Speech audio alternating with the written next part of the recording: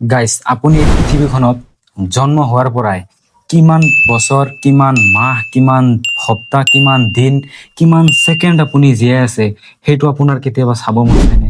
সেইটো কিন্তু আপুনি চাব পাৰিব যে আপুনি জন্ম হোৱাৰ পৰা কিমান ছেকেণ্ড হ'ল আপুনি জীয়াই থকা, সেইটোৱে কিন্তু আপুনি চাব পাৰিব। আৰু কেনেকৈ চাব সেইটোৱে মই আজি এইটো ভিডিঅ'ত দেখুৱাম। তাৰ আগত মোক ফ'ল' কৰিব এনেকুৱা ইণ্টাৰেষ্টিং ভিডিঅ'বিলাক পোৱাৰ কাৰণে। সো গাইস, আপোনাৰ এজ ক্যালকুলেট কৰিবলৈ বা আপোনাৰ বয়স সীমা জানিবলৈ আপুনি ক্লিক কৰিব ডাইৰেক্ট যিকোনো ব্ৰাউজাৰ ওপেন কৰিব। মই গুগলত সাৰ্চ কৰিছো, আপোনালোকে জাস্ট গুগলটো ওপেন কৰিব। গুগলটো ওপেন কৰাৰ পিছত আপোনালোকে ইয়াত সাৰ্চ কৰিব এজ ক্যালকুলেটৰ ফ্ৰম ডেট। এইটো সাৰ্চ কৰাৰ লগে লগে আপোনালোকে ৱেবসাইট পাই যাব। আপোনালোকে ইয়াৰ পৰা এইটো ৱেবসাইটত প্ৰথমটো ৱেবসাইটত আপোনালোকে ক্লিক কৰিব। প্ৰথমটো ৱেবসাইটত ক্লিক কৰাৰ পিছত প্ৰথমে চাওকচোন, ইয়াত দিয়া আছে ডেট অফ বাৰ্থ। আপোনাৰ কিমান চনত জন্ম হৈছে আপুনি আপোনাৰ জন্ম তাৰিখটো ইয়াত শুদ্ধকৈ দি দিব। সো গাইস, এক্সাম্পল হিচাপে মই লৈছো মোৰ জন্ম তাৰিখটো। মোৰ জন্ম হৈছিল 1 তাৰিখ 3 মাহ 2007। মই মোৰ ডেট অফ বাৰ্থটো ইয়াত দি দিলো। তাৰপিছত আজিৰ ডেট হ'ল জুন মাহ চলি আছে, এতিয়া 28 তাৰিখ 2026।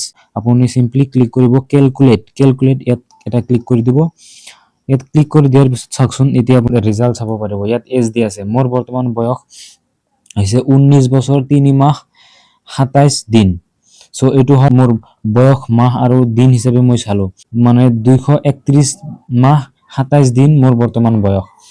কি ধুনীয়া এটা ইন্টাৰেষ্টিং ফিচাৰ্স। তো আপোনালোকে তাৰপিছত তলতো চাওকচোন, মই যদি কওঁ যে নাই মই কিমান সপ্তাহ ধৰি মই জীয়াই আছো, সেইটো যদি আপুনি চাব বিচাৰে তেতিয়া তলত দি আছে চাওকচোন, 1008 সপ্তাহ 3 দিন ধৰি মই মানে পৃথিৱীখনত জন্ম হোৱাৰ পৰা মই জীয়াই আছো। তাৰপিছত কিমান ঘন্টা আপুনি জীয়াই আছে সেইটো চাব পাৰে, কিমান মিনিট জীয়াই আছে সেইটো চাব পাৰে, কিমান ছেকেণ্ড পৰ্যন্ত আপুনি পৃথিৱীখনত জীয়াই আছে সেইটোও কিন্তু আপুনি চাব পাৰে।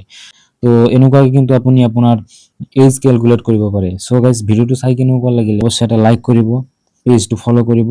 লগ পাম অন্য এটা ভিডিঅ'ত। Thanks for watching.